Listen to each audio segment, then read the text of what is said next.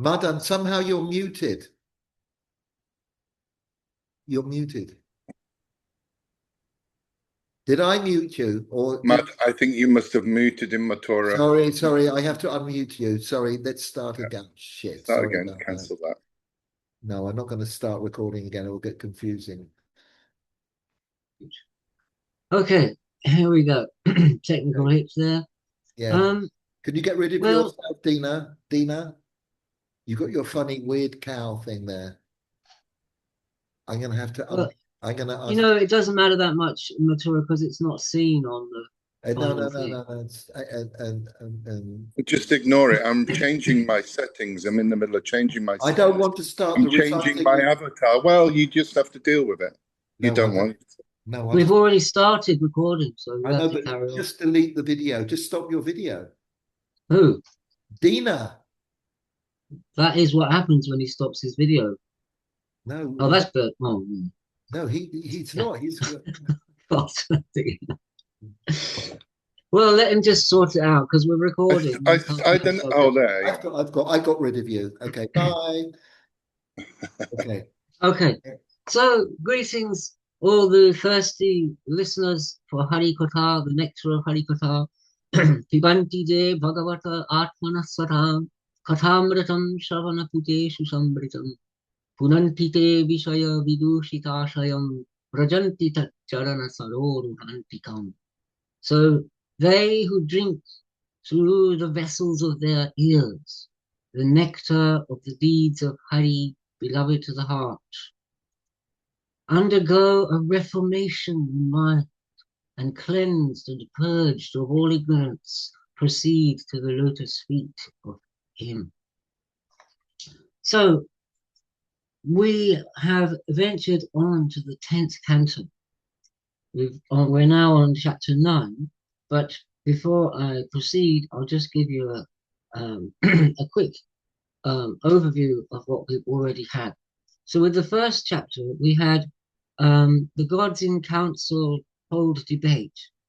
Lord Hari deigns to incarnate, the burden to assuage of goddess earth, who like a cow, with all the gods, to Hari bow to quell the demon's rage. So the first chapter we had. Then the second chapter is where Shuka is narrating to the king about the different demons that have been born on earth, were the adversaries of the Blessed Ones, as he calls them, Pralamba, Baka, and other demons. And then Narayana deputed goddess Yogamaya to go and enter the womb of Yashoda and to transfer the embryo of Rohini from the womb of Rohini and implant him, Anantashesh Baladeva, into the from the womb of Devaki, I beg your pardon, into the womb of Rohini, and then herself to be born as the daughter of Yashoda. So we had all that, and then in chapter 3 was his appearance. So the argument for that was this canto or this chapter doth the blessed scene relate, prevailing when Hari did incarnate. His mighty four-armed form divine he showed, the maternity room with lustre glowed. The hymn of Vasudeva and Devaki describing his supreme divinity.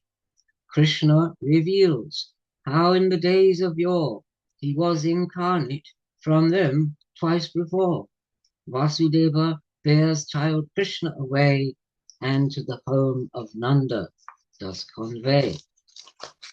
So that's where Krishna is taken to Nanda's house and the girl is brought back. So when the girl is brought back, her crying is heard. Kamsa comes and tries to dash her on the stone. She rises up into the sky and in the form of the 8-armed goddess Bhadrakali and chastises Kamsa and then tells him that his death is already born and somewhere else.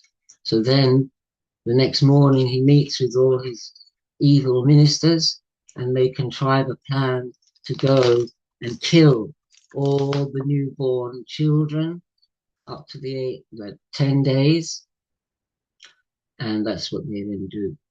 So then we had the Nandotsava, that was Krishna's birth the next morning in the house of Nanda, and then we entered truly on the Braja Leela from that point. So we had various episodes, Krishna's birth, Nanda's going to Mathura to pay the tribute to Kamsa and his conversation with Vasudeva there. Then he's coming back to Gokula, then the coming of Putana, the infanticide witch, who came there to suckle Krishna with poison smeared nipples, and how she was destroyed, and Nanda's return, how her body was burnt on a pyre, and how Yashoda and Rohini and all the matrons performed rituals on the body of Krishna to safeguard him. And so that was chapter 6. Then chapter 7, we had the Uttanika festival, where Krishna first moves after 3 months or turns round in his cot. So there's a ritual and a ceremony and a party, and Yashoda invites all the cowherds, and they have a ceremony. And that's when Krishna is falling asleep, getting tired, and his eyes are closing. So Yashoda lays him down on a cot underneath a cart. Then he cries because he's thirsty and he wants to suckle, but Yashoda doesn't hear him because she's so distracted with all the guests. And being angry, he says he, with his feet that are like new grown sprouts, very soft, kicked against the cart and knocked it over and broke it and knocked everything over. And although it's not explicit in the Bhagavad text itself, that represents a demon who was hiding inside the cart. So he was called Shakadasura. So then after that, we had the incident of Trinavarta. So Trinavarta was had another one demon that had been deputed by Kamsa to do his nefarious act of killing infants. And so he came in the form of a mighty whirlwind and blew up a dust storm and blinded everyone. And while the infant Krishna was in the lap of Yashoda, he became very heavy, like a mountain peak, it said. So she had to put him down and had gone off. So while the whirlwind was going on, nobody could see anybody. At that time, this Trinavarta came and snatched up Krishna and took him up into the sky, so no one could find him. But then as he was going up into the sky, higher and higher, with the child Krishna hanging on his neck, Krishna's began to get even more heavy, and he felt his speed abating, and his grip was strangling him and choking him. And so because he was being strangled, his eyes bulged out, and he just dropped down out the sky without a sound and crashed on a rock. But baby Krishna was saved and brought back, and all the cowherds were very joyous and rejoiced at getting him back seemingly from the jaws of death. So then we had chapter 8, which began with Garga's arrival in Raja. Garga Rishi, the priest of the Yadu dynasty, had been sent there on the commission of Vasudeva to do the rites for his sons, although Nanda doesn't know that Vasudeva has done it in that way. So he comes, and then Nanda greets him and offers him a lot of respect and honor and praises him, and then asks him to do the naming ceremony of the 2 boys. So Garga was a bit reluctant at first because he said, well, some suspicion might arise if I do it because I'm the chief of the Yadus, the chief priest of the Yadus, and so Kamsa might think, well, maybe this son of Yashoda is actually the son of Devaki. But then Nanda petitions him and entreats him to do it in private without any kinsmen or any relatives being there. But it would be good if he did it because he was so qualified. So he does it, and he names Ram, this son of Rohini, because he's so beloved and charming, will get the name Rama. And because he's so strong and puissant, the prefix to that name will be Bala. So that's why he's called Balaram.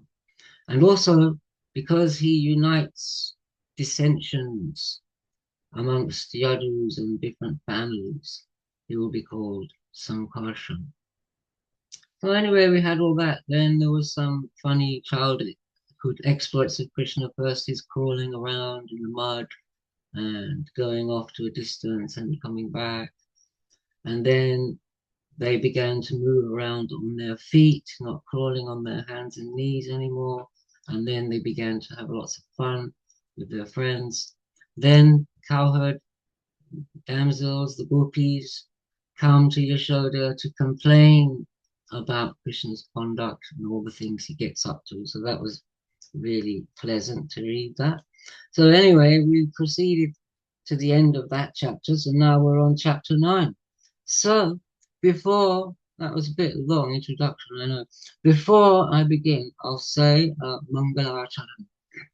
Vandeham Sri Guru Sri Yuta Patakamalam Sri Gurun Vaishnavanscha Shri Rupam Sagrajatam Sahagana Raghunathan Vitam Tam Sajivam Sadvaitam Savadhutam Parijana Sahitam Krishna Chaitanya Devam Shri Radha Krishna Pada Sahagana Lalita Sri Visakhan Vitamscha Narayanam Namaskritya Naram Chaiva Narottamam Deving Saraswati Vyasam Tato Jayam Udirayet Nigama Kalpataror Galitam Phalam Sukamukadamrita Dravasagitam Pibata Bhagavatam Rasamalayam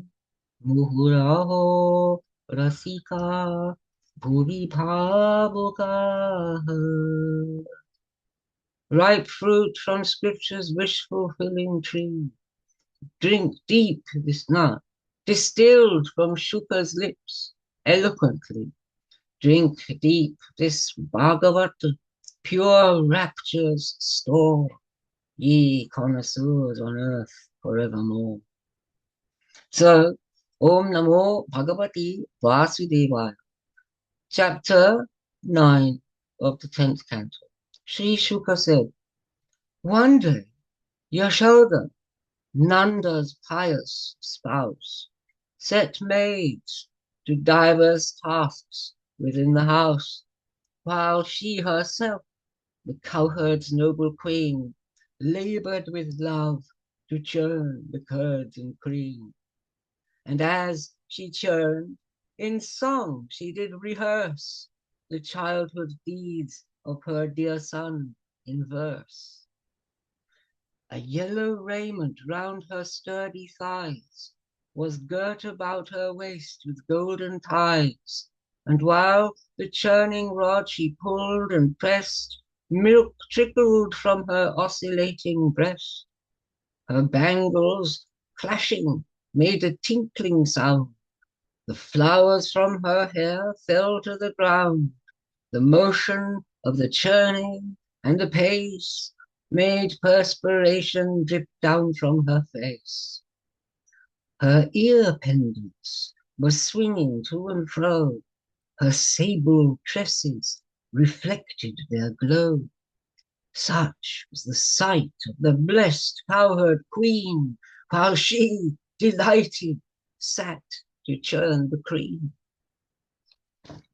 Meantime, thirsting for suck, unto his dame, where she was busy churning, Hari came, and caught hold of the rod wherewith she churned, and all her heart with fond affection warmed. She stopped her work and lifted up the child, and took him on her lap, by love beguiled, and looked on him, and to her breast applied, and suckled him. But before satisfied, Since she was distracted by intense love, the milk began to boil upon the stove, wherefore in haste she rushed off with a bound and left Krishna, still thirsty, on the ground.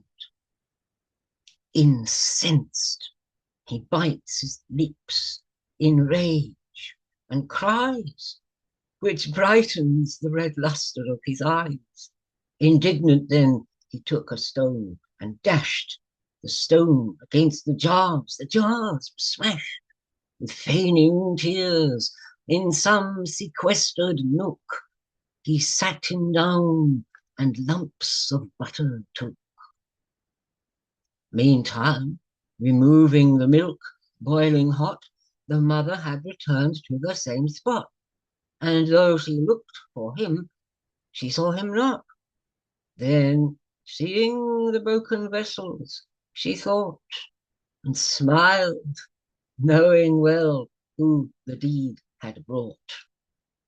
No sooner had she spied him from afar, seated upon an overturned mortar, and doling out to monkeys in the yard the tasty curds and cream, now off his guard, but glancing here and there, now and again, with guilty looks, the jars of milk did drain.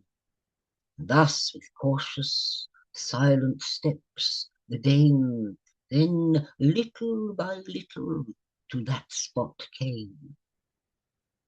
But when his mother, stick in hand, he spies, he leaps in fear and from the mortar flies. And thus she tries to seize him from behind, whom yogis seek, but very rarely find. Now while in haste she did the child pursue, cascading flowers her footsteps ensue.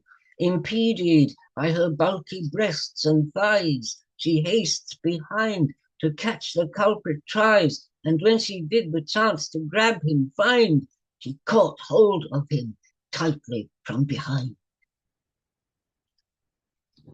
The guilty child, with apprehensive fear, grew terrified as his mother drew near, and smeared the collyrium round his eyes, that blended with his tears and frequent sighs. The fond mother then seized him by the hand, and mildly began her child to reprimand. But when she saw how he was terrified, she cast aside the stick, and did decide that to the grinding mortar she would bind her restless child and keep him thus confined. That one who has neither outside nor within, and nothing is before or after him, who both inside and outside permeates, who is the world, and who the world creates, ineffable, unmanifest to view, she, him, as but her own dear darling knew. The cowherdess then decided at last, with rope to bind him to the mortar fast.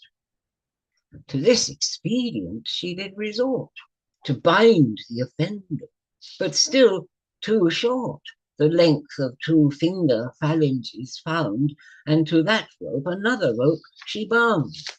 Yet still she tried another rope to add to the first rope that she already had. She brought as many ropes as she could find, but still the naughty child she could not bind. The cowherd dames and damosels drew nigh, observed with smiles how Yashoda did try to bind her son, while she would also smile to see her labor utterly futile. At length, when her exhaustion he perceived, and flowers from her hair the ground received, and perspiration trickled down her face, compassionate, he deigned to show his grace, and let himself be to the mortar tied, and thus with her intention he complied. Thus Hari, by this exploit, did display, although over the great gods he holds sway, who act in accordance with his decrees, yet he is subject to his devotees. Nor Brahma, nor Bhava, nor goddess Shri, who always clings to him, such high degree of favor from the Lord did e'er achieve, as did this pious cowherdess receive. That mighty Lord, son of the cowherd dame, nor body beings, nor the wise attain, but only those who such pure love possess, find him by love as easy of access. Thereafter, in her household chores employed, she left him there alone, somewhat annoyed, and while Krishna stood to the mortar tied, a pair of Arjun trees nearby espied, who were indeed two Guyakas of old, sons of the giver of all wealth and gold.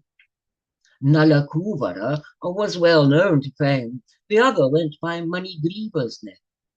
But due to pride of wealth and affluence, sage Narada cursed them for some offense, whose imprecation on their fate decrees that they, a term, must wear the shape of trees. Thus ends chapter 9 in book 10 of the Bhagavad Purana. Now chapter 10.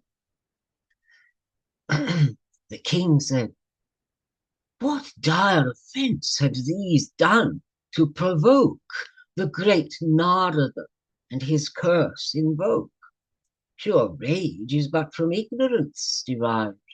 How was he of his placid mien deprived?" Sri Shuka said, "These two were offspring of the Lord of Gold, who were as Rudra's attendants enrolled. There is a garden grove near Mount Kailash, through which Mandakini's pure waters pass.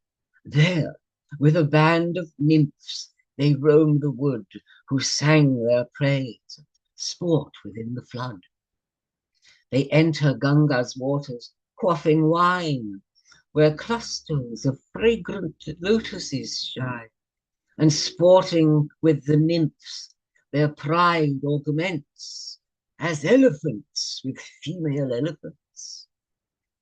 The godlike Rishi, almighty in grace, came providentially unto that place, and observed that the two of them were drunk on wine and in inebriation sunk. But when the nymphs the great Narada saw, they quickly dressed for shame and pious awe. Yet the two Guyakas, from wine elate, remained shamelessly in their naked state. Narada, struck with pity at the sight of Dhanada's sons in that sorry plight, to end their folly, the sage then pronounced an imprecation, and their vice denounced. Sri Narada said, "For one engrossed in sense pleasures that spring from brooding passion, none such harm can bring as haughtiness derived from affluence, which pride engenders and all arrogance. Such are the slaves to every vain essay, ignorant that their bodies will decay, and in the chase they slaughter birds and beasts, and their vain lives maintain with profane feasts. A man who vainly styles himself a god, whilst in the body makes his short abode, will one day be known only by the terms of ashes or excreta, or of worms, and those who other beings hurt or hate know not in hell awaits their future state. Indeed, to whom does the body belong? To those who gave it food and made it strong? Or does it belong to the Father who gave to it life or does the mother too, severally or jointly have a claim? For both did nourish and the life maintain. Or to the man who does for service hire, yet it will be consumed by dogs or fire. This body thus from elements evolved is into the same elements dissolved. What wise man to whom these things are well known will hurt others' hurt, or take it for his own? Should he who with himself identifies the elemental body be deemed wise? Methinks there is but this one only cure, whereby the proud and haughty may procure a remedy, and that's to make 'em poor. For a poor man grows hungry, and beside he apprehends the folly of his pride. As one pricked by thorns comprehends the pain, he conceives in others that pain the same, but pain unfelt he cannot realize another's pain, nor can he sympathize. A poor man must privations undergo, and is thereby freed from his vain ego, and with his fate he must be satisfied, and thus by this great torment is purified. His sense and vigor are always subdued, and he must beg every day for his food. Diminished in this way is arrogance, and weakened he abandons violence. He may then holy company pursue, since pure holy ones all as equal view, in whose company he is purified, and thus the poor man may be sanctified, since holy ones all as equal observe, and the feet of Mukunda always serve. They have no business with the rich and vain, for in such company what should they gain? Therefore, since these two are blinded with pride, and inebriated on wine beside, attached to females and shamelessly lewd, without control and senses unsubdued, and thus to rectify their condition, I shall pronounce a stern admonition. Since these are sons of a world guardian, it ill behooves their exalted station that they should be in ignorance engrossed, quite naked, and into such folly tossed.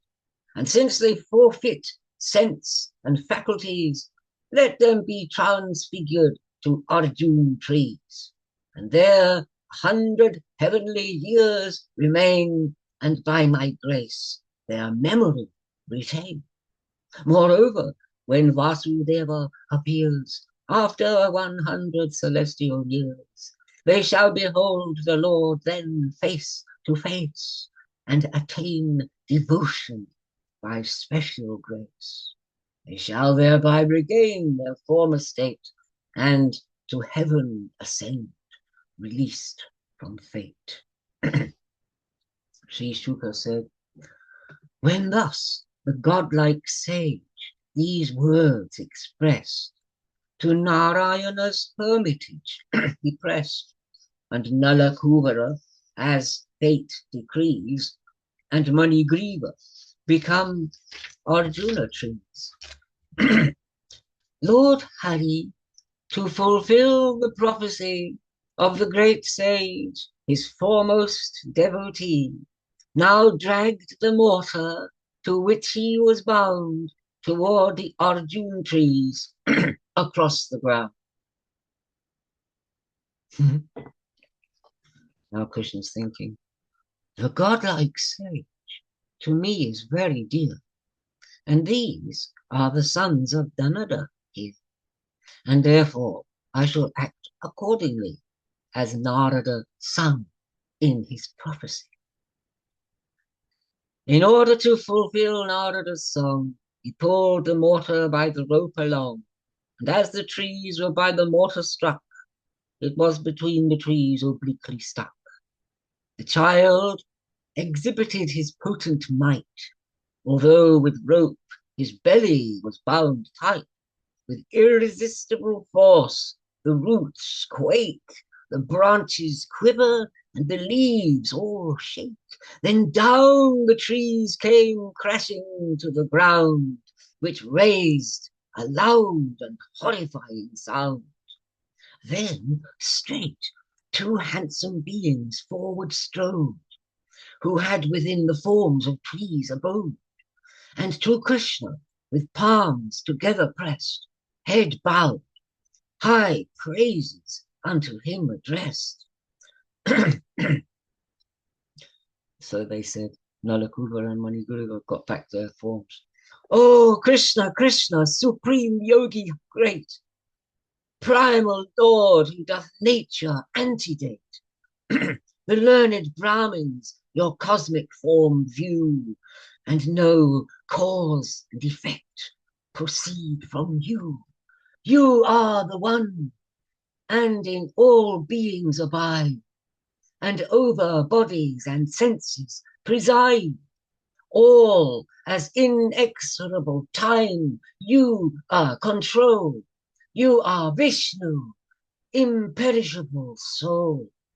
You are great nature and the subtle seed, whence Raja, Sattva, and Tamas proceed. You are the being who nature transcends, who movements of all beings apprehends. You antedate all manifested things and transformation that from gunas springs, and who, under the gunas' influence, can know your prior pristine existence. O illustrious one, we bow to thee in salutation and humility, to Vasudeva, source and origin, from whom creation of the worlds begin, of radiant self by gunas concealed, Brahman, supreme in glory, unrevealed. Although you have no elemental form, you incarnate and wondrous deeds perform, inimitable acts of vast delight, of puissant prowess and heroic might, as here you enact when you incarnate, that no one else could ever imitate. And you are he, the universal Lord, who all blessings and salvation afford, whom have by part of yourself appeared the master of benedictions revealed. All hail to thee, supreme in righteousness. All hail to thee, supreme auspiciousness.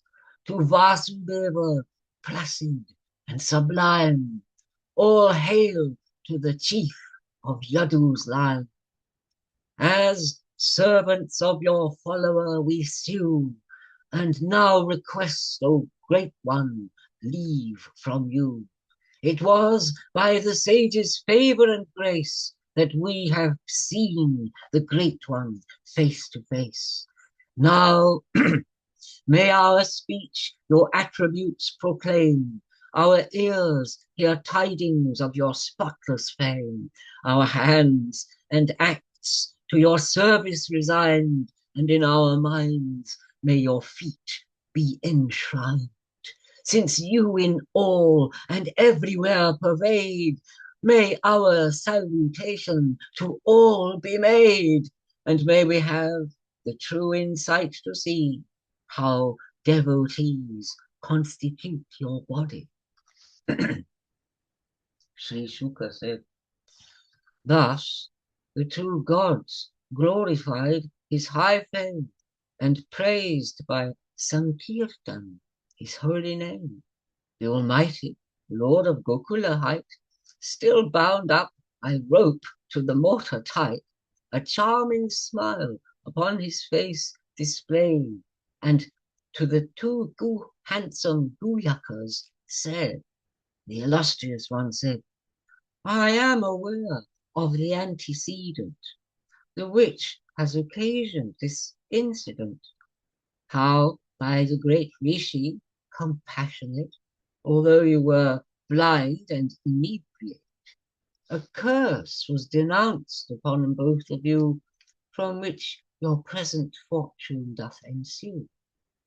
The holy ones, see, are all as equal observe, and determined always my purpose serve. As Savita with rays brightens the skies, to see sainted holy ones with the eyes, release from worldly bondage is attained, whereby ultimate welfare is gained. That gift of love, for which to me you sue, has already been developed in you. May both of you deep absorption maintain, and never fall into folly again. Sri Shuka said, thus unto the mortar bound, he said, and they saluted him with lowered head, and pacing round him thrice, they ventured forth with his leave to the regions of the north. Thus ends chapter 10 in book 10, the great and glorious Bhagavat Purana. So I think I'll just read this one more, see how it goes. Chapter 11. It's very good, this chapter. Sri Shuka said, when the trees had thus fallen to the ground, Nanda and all the cowherds heard the sound, as if of thunder, and were terrified, and to that place in consternation hide. They saw the Arjun trees strewn on the ground, but no apparent cause was to be found. Although the signs were visibly perceived, the actual reason could not be conceived. They saw the child bound by the belly there, and dragging the heavy grinding mortar, but who and why and how it had occurred, they could not understand and were disturbed. The children said, when he, the mortar struck, against the trees, it was obliquely stuck. Then two beings from out of the trees did rise.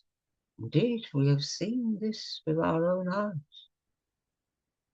When the cowherds did this report receive, they could not such a miracle believe, that the trees could have been felled by the child. They could not comprehend and were beguiled. Yet some began some doubt to entertain, but could not the phenomena explain. When Nanda saw his son with belly bound, dragging the grinding mortar o'er the ground, with smiling face, affectionate, pleased, approached the child, and from his bonds released. Now it abruptly goes on to something else. The cowherd dames would coax him to essay to sing and dance for them in childish play. Although supreme, not subject to control, he danced like a puppet or a wooden doll. When ordered a seat or jug to bring, when quite unable, up his arms would fling, as if to show that he had strength enough, at which his relatives would smile and laugh. By such deeds the Almighty has made known, and subservience to his servants shown, and granted here unto the wise insight of his acts in Braja of vast delight. A fruit vendor to Braja one day hied, buy fruit, come, buy my fruit, she cried. Which hearing, a tutor came with some rice to make exchange of equivalent price. And thus he approached at the vendor's call, although he grants the fruits of deeds to all. But ere he comes to where the vendor stands, most of the rice had fallen from his hands. She gave him fruit, although the rice was spilled, and lo, a basket was with rare gems filled. Sometime after the felling of the trees, who were transformed into pure devotees. Rama and Krishna had been gone all day, down by the river's bank, absorbed in play. Divine Rohini, to call them, was sent, and to where the children were playing went. And though Rohini tried to bring them home, they were immersed in play and would not come. So Yashoda, with fond affection blessed, to fetch her dear children her way addressed. Her breast oozed milk that made her garment wet, and when she saw how it was getting late, she called to Krishna with his elder there, with all the other boys, and did declare. And as she hastes along, she loudly cries, "O Krishna, Krishna of the lotus eyes, oh my dear, enough of play, I protest. Come now and take nourishment from my breast. O Rama dear, joy of our dynasty, come in your younger brother's company, for you have been at play since breakfast time. Now you must be hungry, so come and dine. For ye, Nanda, the Braja's chief, doth wait to take his meal. See how it's getting late. So come forthwith, give pleasure to each friend. Ye other boys must also homeward wend. Your limbs are dirty and with dust defiled. Come, be washed and bathed, my darling child. Today your birthday is, so come and dine. Donate to Vipra's gifts of milking kind. Lo and behold, your friends are clean and bright. So in the commentaries it said when she told the other boys to go home, it's implied that they went home, had got some nourishment, bathed and dressed, and then came back while she was saying those things, getting Krishna to donate cows to the Brahmins. Then the boys come back. Lo and behold, your friends are clean and bright, with fair ornaments by their mothers dight. So come along, bathe and eat, I implore, and well adorned, play with your friends once more. Yashoda thus urged him to wash and clean, although he is immaculate, supreme. Bound by affection for the mighty one, she looked on him, O king, as her own son. Achyuta and Rama away she led, and took them by the hand, and homeward sped, and washed them clean, and with fine dainties fed. Sri Shuka said, or continued, now Nanda in the council chamber sate, and called the peers and elders for debate, what measures against calamities to take, for all the cows and cowherd people's sake. Both old in deliberation and years, wise Upananda rose amid the peers, one who knew well time, place, and personage, regarded for his wisdom as a sage. Considering Rama and Krishna's care, he spoke to all the cowherds gathered there. Ye fellow cowherds, hear what I propose, since all the signs portend ominous woes, which threaten danger to the children here. Hence, from Gokula, we should move elsewhere. 'Twas only by the grace of God this boy was saved and did the wicked witch destroy. It is a wonder how he was unhurt, nor crushed by the big overturning cart. How was it, if not by almighty care, when Trinavarta flew up in the air was tumbled down, the cause of great alarm, yet the dear child was free from scathe or harm. That neither he nor any other child the fallen Arjun trees had crushed or killed is the sure and undeniable sign of Achyuta's protective care divine.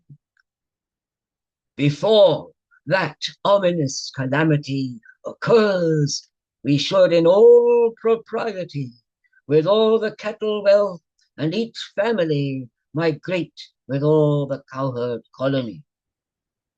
There is a forest, Vrindavanite, with fresh groves and pastures, for the delight of all the cowherds and the grazing kine, abundant verdure and mountains divine. Therefore we should depart even today, and our effects on carriages convey. If this seem worthy, and we are agreed, then let the cattle wealth ahead proceed. Hearing this speech, in unanimity, with bravo, bravo, the cowherds agree.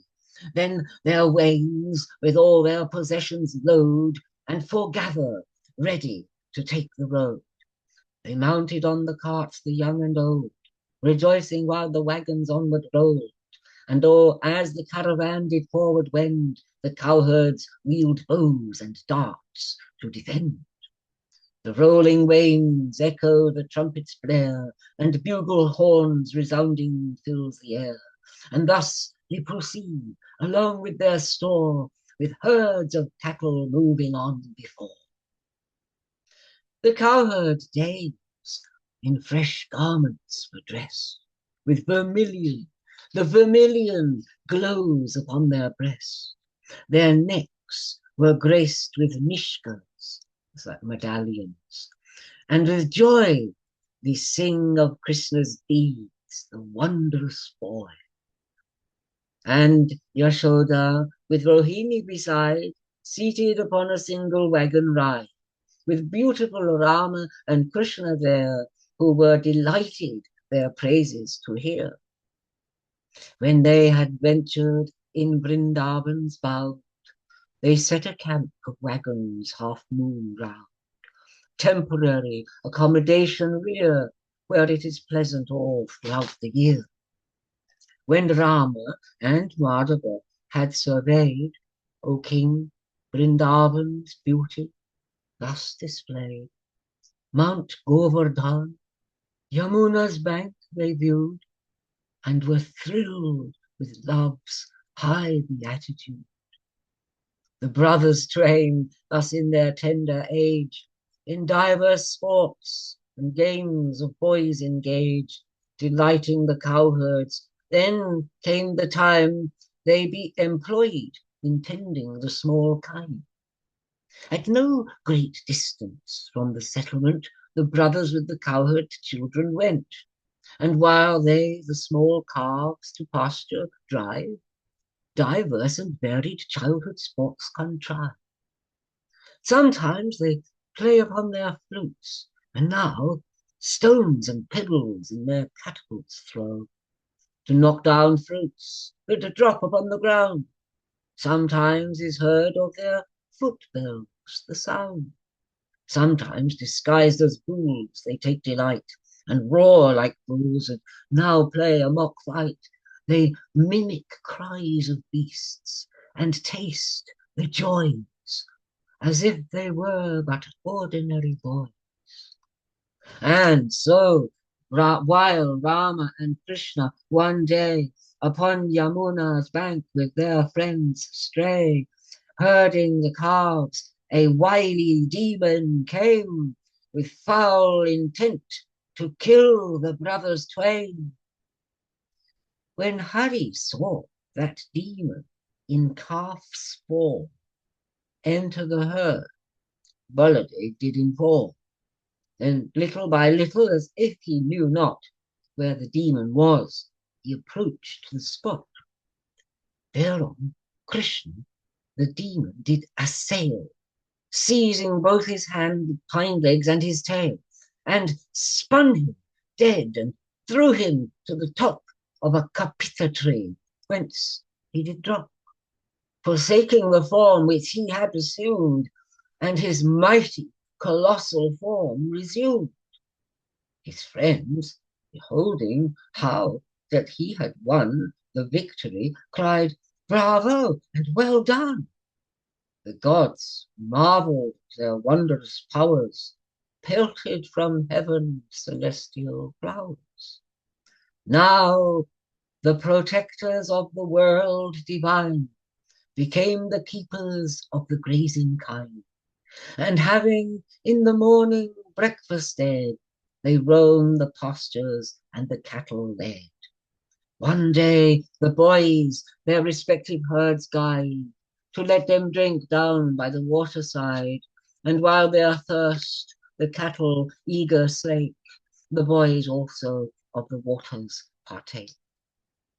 The boys behold a terrifying sight, a being of such stature and such height, as by the levin's bolt let there to fall, the riven summit of a mountain tall.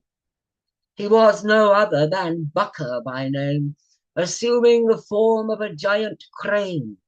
Straightway did with his sharp beak Krishna seize, and gulped him down and swallowed him with ease. When Rama and the other boys beheld how Krishna by the crane had been swallowed, they were astonished, and by woe assailed, the vital forces of their senses failed. The son of the cowherd, now in his turn, did the root of the demon's palate burn, and thus effected his release, and came out of the demon's mouth, which did inflame his wrath, and with his cruel beak enlarged, again with rage at the world teacher charged. Then he, the master of the devotees, the inhabitants of heaven to please, with the firm grip of his mighty arm takes the friend of Kamsa by the beak and breaks. As a basket weaver divides a reed, he thus performed with ease a marvelous deed. The dwellers of heaven congratulate the foe of Bukka, and precipitate Mallika blooms grown in the Nandan grove in the fair regions of the blessed above. And as the flowers fall upon the ground, the drums and conchins of the gods resound. Then with hymns his high dignity was praised, and the sons of the cowherds were amazed. Thus from the mouth of Bukka, having gained their lord, Rama and all the boys regained their composure now that he had survived, and the faculties of their sense revived. Now, freed from all danger, they held him tight and embraced him with eager, fond delight. Thereon, gathering the herds, he proceed to Braja and loudly proclaim his deed.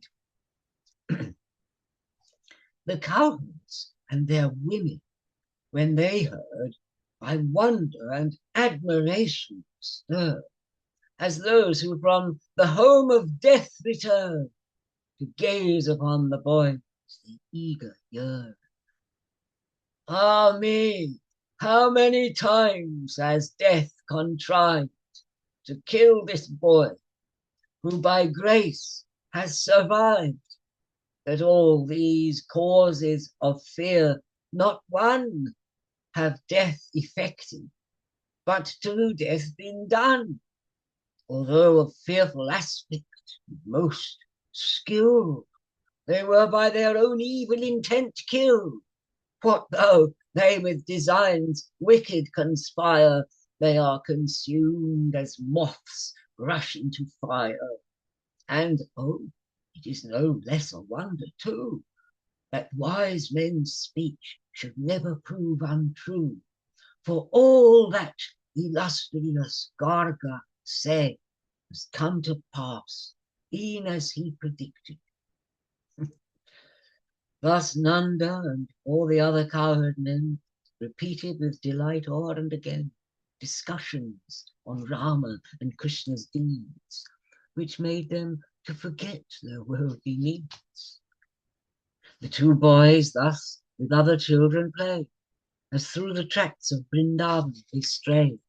They played at hide and seek, and like monkeys they leapt and clomb the branches of the trees, and such games as worthy to still children seem, constructing bunds and leaping o'er the stream. Thus ends chapter 11, book 10 of the great and glorious Bhagavat Purana, the text beloved of swan-like saints, sung by the son of Vyasa. So should we leave it there, Matura? Because now it's going to be a new thing. A new theme will come now. Okay, if that's it. Okay, so should we just stop the recording now then? Yeah. If you feel that's what you want to do, you want to stop now? Yeah. Okay. If that's all right. Yeah.